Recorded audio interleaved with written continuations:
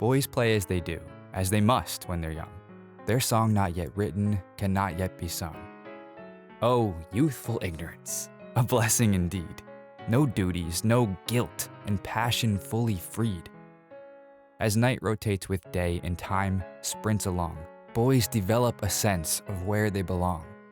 And although adulthood they truly bemoan, their father's methods are subconsciously sown. Then, in the blink of an eye, duties arise, and once free-natured boys are gripped by surprise, they mature, become men at staggering pace. The sons they beget in due course take their place. Those sons then be wed and have boys of their own. Then with life's help, those boys emerge fully grown. This sequence of events will go on and on, the eternal cycle of father and son.